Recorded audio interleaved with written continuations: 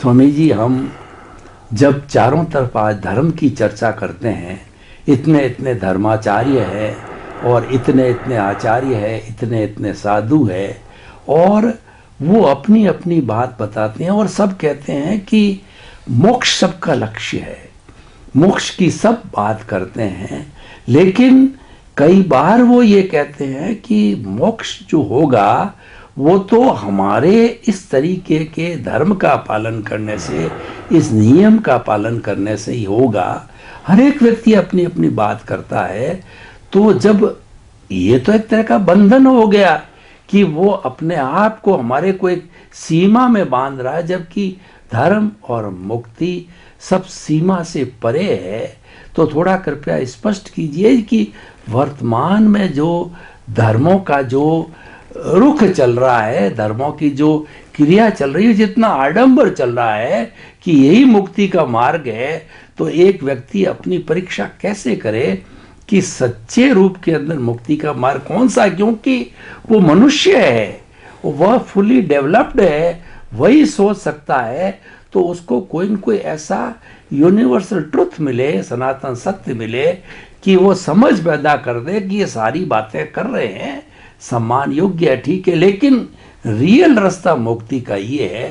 तो मुक्ति के रियल रास्ते को विद रेफरेंसेस टू ये हमारे फॉर्मेट जो धर्म चल रहे हैं उसके साथ जोड़ के बताइए, क्योंकि हम समाज में जी रहे हैं। ये बात हकीकत है कि हम सब पैदा होते ही हमको जो धर्म मिलता है इसको हम पूरी लाइफ फॉलो करने का प्रयास करते हैं, मगर कुदरती कानून के मुताबिक जो पैदा होते ही धर्म मिलता है वो तो शरीर को मिलता है, उसमें शरीर के पास चॉइस नहीं है। और मन वचन काया से भी उसका फॉलो करते हैं, उसमें भी हमारी फ्रीडम नहीं है। तो फिर भी उसको कहते हैं कुल धर्म। जो कुल में पैदा हुए वो आपका धर्म बन गया। आपका मतलब शरीर का। तो शरीर तो धर्म का पालन करेंगे ही, उसमें कोई गलती नहीं है और उसमें कोई नुकसान भी नहीं है। जैसे हम अपने जीवन में ये 5 इंद्रियों का धर्म का पालन करते हैं, ज्ञानी अज्ञानी विज्ञानी सब। कान का धर्म है देखने का सुनने का, आँख का धर्म है देखने का, नाक का धर्म है स्मेल लेने का, जीभ का धर्म है टेस्ट लेने का, और चमड़ी का धर्म है स्पर्श करने का। ये धर्म है वो तो वही के वही रहेंगे, वैसे हमारा कुल धर्म भी वही का वही रहेगा। मगर जो इंद्रियों का धर्म है, जो कुल धर्म है, वो तो प्रकृति के लिए है। तो ये हमारा पुरुषार्थ नहीं है, प्रकृति अपने आप करती रहेगी। मगर ये जो कुल धर्म और प्रकृति का 5 इंद्रियों का बताया हुआ धर्म को जब हम कुदरती रचना के रूप में देखेंगे तो उस संजोग के असर राग द्वेष की, कर्ता भाव की या मालिकी भाव की हमारे जीवन में नहीं रहेगी। और यही तो बात हमको समझना है। आज हम धर्म की बात करते हैं, दुनिया का हर धर्म क्या है? अलग अलग प्रकार का फॉर्मेट है। ये कोई सनातन सत्य की बात नहीं करते हैं और यूनिवर्सल ट्रूथ की भी बात नहीं करते हैं, कुदरती कानून की भी बात नहीं करते हैं, मगर वो सांप्रदायिक बातें करते हैं और उसको हम फॉर्मेट कहते हैं। आध्यात्म विज्ञान में आध्यात्म विज्ञानी उसको फॉर्मेट कहते हैं। फॉर्मेट का मतलब होता है एक भगवान का टाइटल चाहिए, एक गुरु का टाइटल चाहिए, एक मंदिर का टाइटल चाहिए, एक मंत्र का टाइटल चाहिए, एक शास्त्रों का टाइटल चाहिए, एक रिचुअल्स का टाइटल चाहिए, एक संस्था का टाइटल चाहिए, वर्तमान गुरु शिष्य चाहिए और प्रसंग चाहिए, फंक्शन। तो इसको मैं फॉर्मेट कहता हूँ। और फॉर्मेट तो उदय कर्म के अधीन है और इसीलिए इसको पुरुषार्थ नहीं मानते हैं।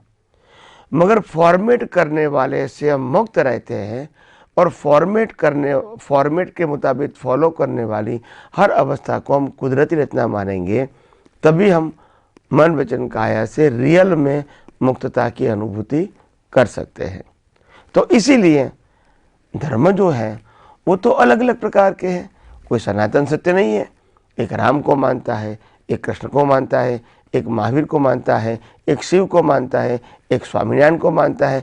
ऐसे अलग अलग व्यक्तियों को भगवान के रूप में मानता है और सभी को मानने का अधिकार भी है।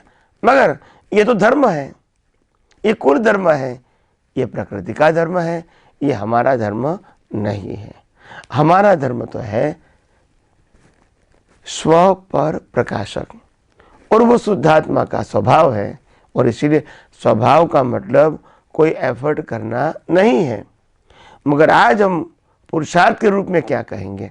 पुरुषार्थ के रूप में हमारा धर्म यही है कि शुद्धात्मा पद में रह के, स्व पद में रह के प्रकृति की हर अवस्थाएं और 5 इंद्रियों से अनुभव में आती हर अवस्था को हम ज़्यादा से ज़्यादा कुदरती रचना के रूप में देखने का प्रयास करेंगे तो मैं समझता हूँ ये दुनिया का सनातन सत्य या सच्चा धर्म क्या है वो हमको धीरे धीरे समझ में आएगा। तो आइए हम सब ये आध्यात्म विज्ञान को और आगे समझने की कोशिश करेंगे।